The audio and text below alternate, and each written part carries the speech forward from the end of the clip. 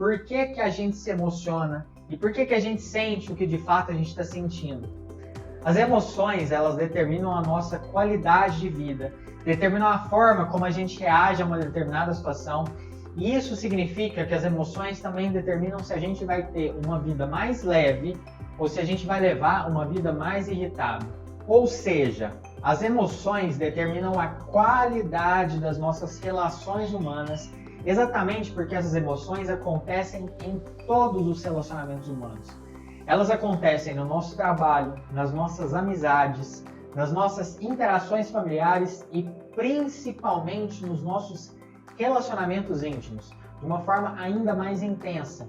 E a forma como você lida com as suas emoções determina se de fato você enxerga aquela relação humana de uma forma benéfica, de uma forma construtiva, ou se você enxerga que aquela relação humana é negativa. Percebe aqui que a gente está falando sobre autorresponsabilidade? Você é o único capaz de determinar se a relação que você tem com o mundo é otimista e positiva ou se ela é negativa. A partir do momento que você tem controle sobre as suas emoções, você tem controle também sobre a sua qualidade de vida. E eu te asseguro aqui que você vai ser capaz de ter uma vida mais leve, uma vida mais proveitosa, quando você souber de fato por que você se emociona e você entender de onde que vêm essas emoções. As emoções podem salvar vidas, mas elas também podem causar danos. Elas podem fazer com que você haja de uma maneira concreta, uma maneira realista e benéfica, mas elas também podem ser expressas de uma maneira extrema. Elas podem construir relações, mas elas também podem romper relações, muitas vezes gerando um arrependimento mais tarde. Se você não souber lidar com essas emoções, não souber respeitar suas emoções e controlá-las da melhor forma possível, sabendo agir mesmo quando você está emocionado, você pode se arrepender. Você pode tomar atitudes extremas que tenham consequências piores ainda mais tarde. No livro Como Chegar ao Sim com Você Mesmo, William Ury cita que quando você está numa situação de estresse, uma situação de conflito, e você reage a essa situação, você vai fazer o discurso que você mais vai se arrepender. Imagina que a sua filha de 16 anos volta para casa de madrugada 2 horas depois do horário que vocês tinham combinado. Você vai ficar irritado com o atraso de 2 horas dela? Provavelmente sim. Mas o que vai despertar a sua irritação? E presta muita atenção, porque essa diferenciação aqui é extremamente importante.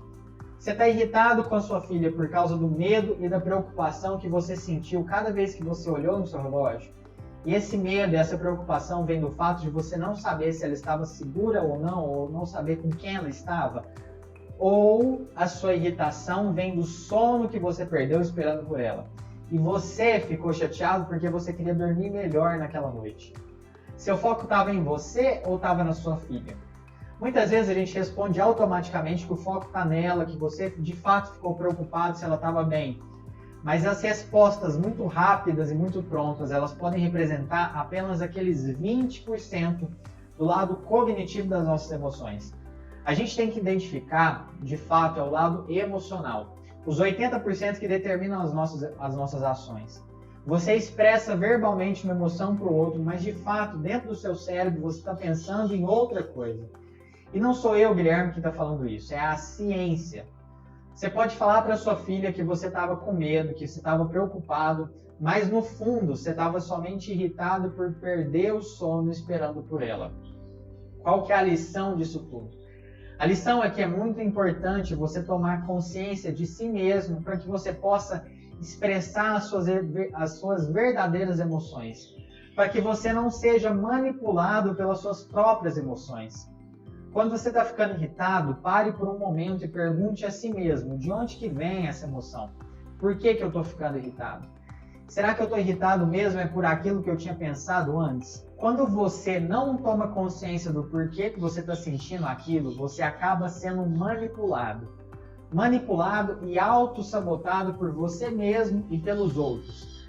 Quando você entende que às vezes o que você expressa não é o de fato que você está sentindo, você tem muito mais controle sobre as suas emoções. Na situação da sua filha que chegou atrasada de madrugada, imagina, por exemplo, na manhã seguinte, quando você vai conversar com ela sobre o que aconteceu, você não consegue controlar a sua irritação ao ponto de ela achar que realmente não foi o atraso que te irritou, mas foi sim a sua falta de sono.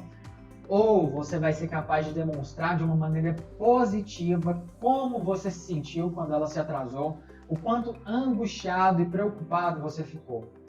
E ela vai pensar, talvez, você demonstrando da segunda maneira: nossa, minha intenção não era deixar os meus pais assim. Eu não quero magoar meu pai e minha mãe, que sempre tentam me tratar bem, e deixar eles angustiados e aflitos ou preocupados. É muito importante a forma como você manifesta as suas emoções. Muitas vezes a emoção gera um círculo vicioso e gera uma linha de conflito pelo aquele ciclo de ação e reação. A forma como você expressa essa emoção pode fazer com que sua filha tenha uma reação exacerbada e de fato ela fique rebelde, fique na defensiva e repita aquele gesto de se atrasar outras vezes.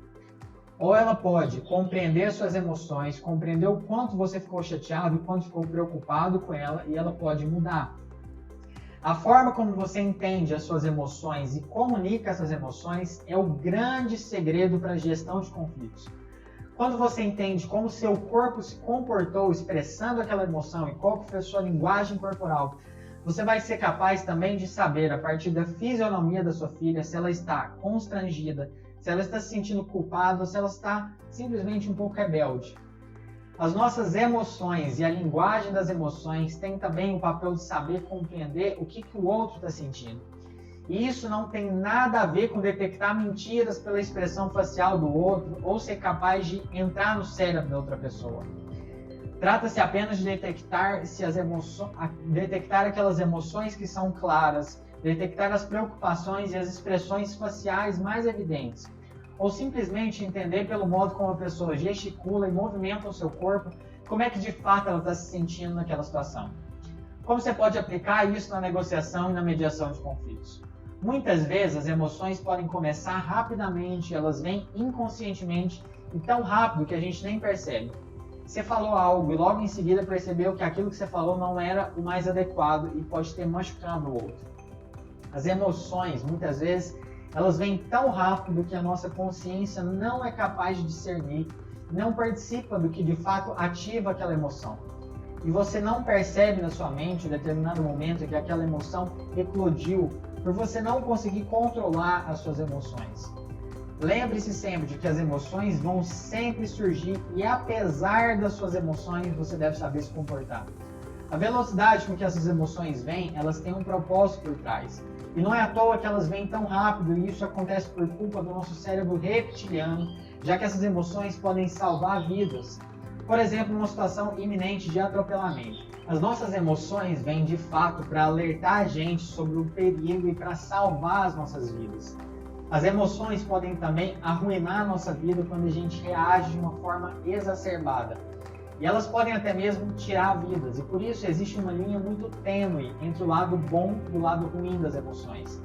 A mesma emoção que pode ter salvado um dos nossos ancestrais de um ataque de leão, por exemplo, em que o homem reagiu a tempo e matou o leão, pode causar um assassinato passional, por exemplo. Nós não temos muito controle a respeito do que deixa a gente emocionado. Muitas vezes você está sujeito a fatores externos que você não controla. Você não controla como o outro vai reagir. Então, como é que você controla a si mesmo? O princípio 90-10 de Stephen Covey diz o seguinte: o que acontece é que a gente nunca pode controlar 10% das coisas que acontecem nas nossas vidas. A gente não pode evitar que um celular quebre, influenciar o horário do nosso voo ou controlar o vermelho do semáforo. Mas a gente pode controlar a nossa reação a esses eventos. Os outros 90% são resultado das nossas reações. Ou seja, o resultado de como a gente se comporta em um momento de estresse que a gente não pode controlar.